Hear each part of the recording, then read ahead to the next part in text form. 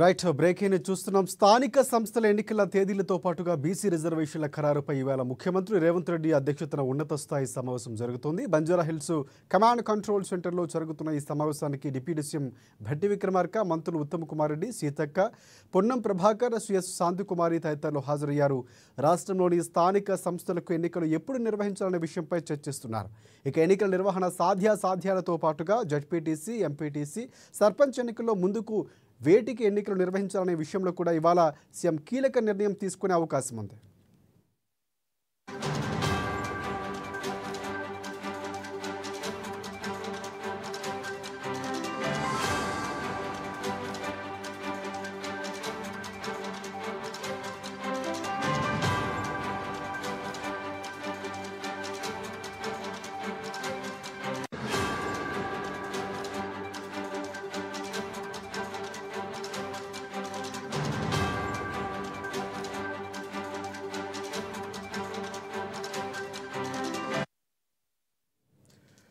Right, ఇక స్థానిక సంస్థల ఎన్నికల తేదీలతో పాటుగా బీసీ రిజర్వేషన్ల ఖరారుపై ఇవాళ ముఖ్యమంత్రి రేవంత్ రెడ్డి అధ్యక్షతన ఉన్నత స్థాయి సమావేశం జరుగుతోంది. బంజారాహిల్స్ కమాండ్ కంట్రోల్ సెంటర్లో ఈ సమావేశం జరుగుతుంది. ఇక దీనికి డిప్యూటీ సీఎం భట్టి విక్రమార్క, మంత్రులు ఉత్తమ్ కుమార్ రెడ్డి, సీతక్క, పొన్నం ప్రభాకర్, సిఎస్ శాంతికుమారి తదితర అధికారులు హాజరయ్యారు.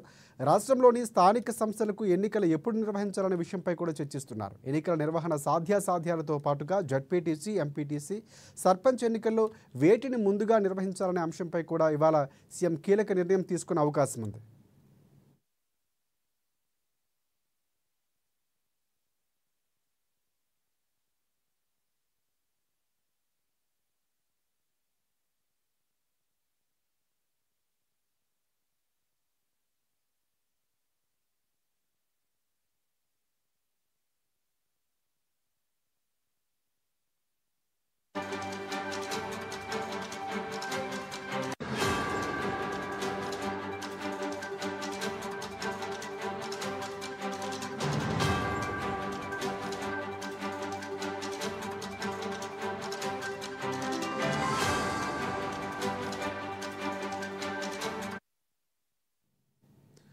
రైట్, మరొక బ్రేకింగ్ చూస్తున్న వివాదాస్పద వ్యాఖ్యలు చేసిన ఎమ్మెల్సీ తీన్మార్ మల్లనకు వారం రోజుల డెడ్ లైన్ ఇవాళతో ముగియనుంది.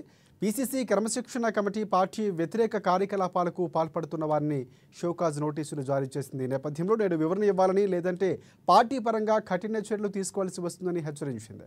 పార్టీ ప్రయోజనాలు పక్కన పెట్టి వ్యక్తిగత ఎజెండాతో ముందుకు పోతున్నారని ఆరోపించింది. ఇక ఈ నోటీసులపై ఇప్పటి వరకు తీన్మార్ మల్లన్న రిప్లై ఇవ్వలేదు. ఆయనపై పీసీసీ క్రమశిక్షణ కమిటీ ఎలాంటి చర్యలు తీసుకుంటుందన్నది ఇప్పుడు ఆసక్తికరంగా మారింది.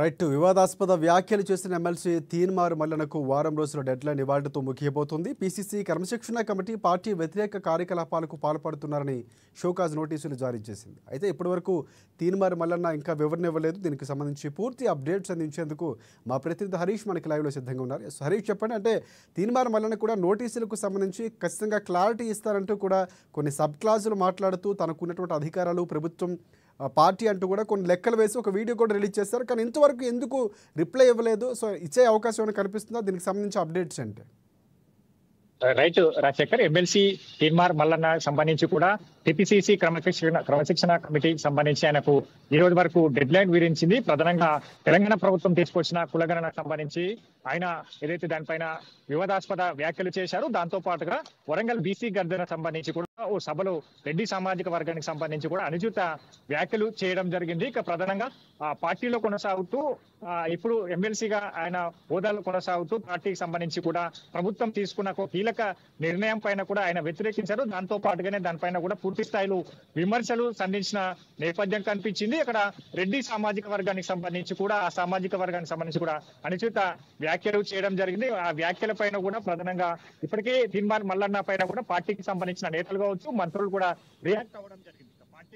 పార్టీ లైన్ కి వ్యతిరేకంగా తీన్మార్ మల్లన్న ఇట్లాంటి వ్యాఖ్యలు చేయడం కావచ్చు, మరోవైపు ఆ రెడ్డి సామాజిక వర్గానికి సంబంధించి సభ వేదికగా ఇట్లాంటి అనుచిత వ్యాఖ్యల పైన కూడా సీరియస్ గా తీసుకుని దీనిపైన వారం క్రితం టిపిసిసి క్రమశిక్షణ కమిటీ చిన్నారెడ్డికి సంబంధించి కూడా ఆయన తీన్మార్ మల్లన్నకు షోకాస్ నోటీసులు ఇష్యూ చేశారు. ఈ రోజు సంబంధించి అంటే సరిగ్గా వారం రోజులు అంటే ఈ రోజు సంబంధించి కూడా దానిపైన డెడ్ లైన్ విధించడం జరిగింది. ఇక ఈ రోజు వరకు ఆయన వివరణ ఇవ్వాలని కూడా ఆ లేఖలో పేర్కొనడం జరిగింది. ప్రధానంగా బీసీ కులగణన అంశానికి సంబంధించి ఎందుకు ఆ వివాదాస్పద వ్యాఖ్యలు చేయడం జరిగింది. దాంతో పాటుగా ఏదైతే రెడ్డి సామాజిక వర్గానికి సంబంధించి కూడా అనుచిత వ్యాఖ్యల పైన కూడా ప్రధానంగా వివరణ ఇవ్వాలంటూ కూడా ఈ రోజు డెడ్ లైన్ విధించారు. తీన్మార్ మల్లన్న సంబంధించి కూడా దీనిపైన కూడా గతంలో స్పందించడం జరిగింది. తన పైన సంబంధించి కూడా పూర్తిగా సమాచారం ఉంది. ఈ కులగణన అంశానికి సంబంధించి కూడా ఏదైతే సరిగ్గా కులగణన జరగలేదు, బోగస్ సర్వే అని కూడా తెలపడం జరిగింది. దాన్ని జానారెడ్డి సర్వేగా ఆయన అభివర్ణించారు. వీటన్నిటిపైన కూడా ఆయన వివరణ ఇవ్వాల్సింది, కానీ ఇప్పటి వరకు అయితే తీన్మార్ మల్లన్నకు సంబంధించి కూడా వివరణ ఇవ్వలేదు. దాంతో పాటుగా ఆయన ఈ రోజు కూడా పలు కీలకమైన వ్యాఖ్యలు కూడా చేసినట్టుగా తెలుస్తున్న నేపథ్యం ఉంది. తన ఏదైతే సొంత మీడియా సంస్థలకు సంబంధించి కూడా ఆ ఛానల్ వేదికగా కూడా ఆయన కీలకమైన వ్యాఖ్యలు చేశారు. ఈ వివరణ సంబంధించి ఏదైతే టిపిసిసి క్రమశిక్షణ కమిటీ చైర్మన్ చిన్నారెడ్డి ఇష్యూ చేశారో ఈ షోకాస్ నోటీసులకు సంబంధించి కూడా ఆయన ఈ రోజు చివరి డేట్ కాబట్టి దానిపైన కూడా ఆయన అధికారిక ఆయన సొంత ఛానళ్లకు సంబంధించి కూడా రియాక్ట్ అయ్యారు. నోటీసులకు సంబంధించి నేను ఎవరికి రిప్లై ఇవ్వాలో వారికి ఇప్పటికే రిప్లై ఇచ్చాను. రాహుల్ గాంధీ లైన్ లోనే ఉన్నాను. రాహుల్ గాంధీ తనతో టచ్ లో ఉన్నట్టుగా కూడా వ్యాఖ్యలు చేశాడు. క్రమశిక్షణ కమిటీకి సంబంధించిన నోటీసులను ఇక నాయకత్వానికి నేను రిప్లై ఇవ్వను, సస్పెండ్ చేసుకుంటారు, చేసుకోండి.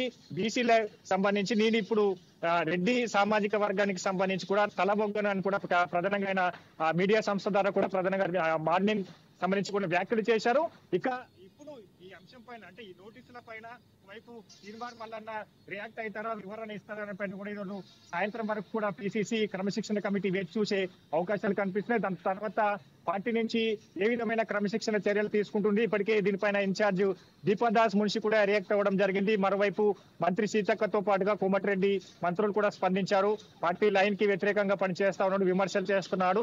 ఇక పార్టీలో ఇట్లాంటి అవకాశాలు కల్పించి ఎమ్మెల్సీగా చేస్తే ప్రభుత్వం తీసుకున్న నిర్ణయాల పైన కూడా వ్యతిరేకిస్తున్నారు. కాబట్టి దీనిపైన క్రమశిక్షణ పరమైన చర్యలు తీసుకోవాలని కూడా మంత్రులు చెప్పడం జరిగింది. దాంతో పాటుగా ఇన్ఛార్జి దీపదాస్ మున్షి కూడా క్లారిటీ ఇవ్వడం జరిగింది.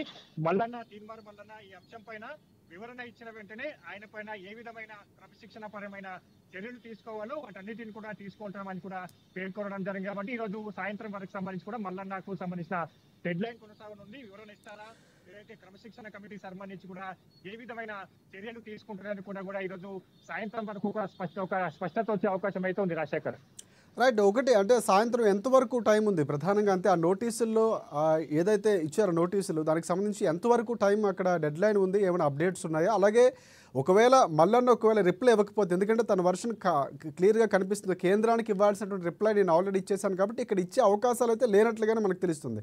ఒకవేళ ఆయన ఇవ్వకపోతే కనుక ఎలాంటి చర్యలు తీసుకునే అవకాశం, సస్పెండ్ చేసే అవకాశం ఉందంటారా, లేకపోతే హైకమాండ్తో ఒకసారి మాట్లాడి అక్కడికి వెళ్ళి రిప్లై ఇచ్చారు కాబట్టి అక్కడి నుంచి ఒకసారి వివరణ వచ్చాక ఇక్కడ ప్రకటించే అవకాశం ఉందంటారా? రైట్, ఎందుకంటే దీనిపైన క్లియర్ కట్ గా వారం రోజులు గడువు ఇచ్చింది. గతంలో అంటే ఈ రోజు 12వ తేదీ వరకు లోపు వివరణ ఇవ్వాలని కూడా షోకాస్ నోటీస్ లో పేర్కొనడం జరిగింది. ఇక టైం బాండ్ కి సంబంధించి అంటే తేదీని ఏదైతే 12వ తేదీ వరకు చెప్పారు కానీ ఈ సమయం అనేది కూడా దాంట్లో పేర్కొనలేదు. అంటే ఈ రోజు వరకు అంటే సాయంత్రం వరకు మల్లన్న సంబంధించి కూడా ఆయన ఈ రోజు రియాక్ట్ అవ్వాల్సి ఉంది. ఒకవైపు రాత్రి సమయం వరకు కూడా వేచి చూసే అవకాశాలు అయితే కనిపించాయి. ఎందుకంటే మొన్న ఇదే అంశం పైన తీన్మార్ మల్లన్న ఢిల్లీకి వెళ్లారు. అక్కడ కాంగ్రెస్ నేతలతో ఆయన మాట్లాడారా, దీనిపైన వివరణ ఇచ్చారని కూడా క్రమశిక్షణ కమిటీ తెలుసుకోవాలి. వీటన్ని అంశాలన్నిటిని కూడా పరిగణలోకి తీసుకుంటే దాంతో పాటుగా వివరణ ఇస్తే ఆ వివరణలో ఏ విధమైన వివరణ ఉండదు. ఎందుకంటే కులగణన అంశాన్ని అనేది కూడా తెలంగాణ ప్రభుత్వం కావచ్చు, కాంగ్రెస్ పార్టీ ప్రతిష్టాత్మకంగా తీసుకొచ్చింది. ఒకవైపు రాహుల్ గాంధీకి సంబంధించి కూడా ఇది డ్రీమ్ అని కూడా చెప్పొచ్చు. ఎందుకంటే మొట్టమొదటిసారిగా దేశంలో తెలంగాణ ప్రభుత్వం కులగణన చేపట్టింది. కులగణన ద్వారా రిజర్వేషన్ల చట్టబద్ధత కల్పించబోతుంది. ఇక స్థానిక సంస్థల ఎన్నికలు కావచ్చు, మరో ఎన్నికలు కావచ్చు, ఎన్నికల్లో బీసీలకు ఏదైతే రిజర్వేషన్లకు సంబంధించి కూడా వాటా కల్పించబోతున్న తరుణంలో సొంత పార్టీలో కొనసాగుతూ ప్రభుత్వం తీసుకున్న కీలక నిర్ణయం ఇట్లాంటి వ్యతిరేకించడాన్ని కూడా కాంగ్రెస్ నేతలు తప్పుబట్టారు.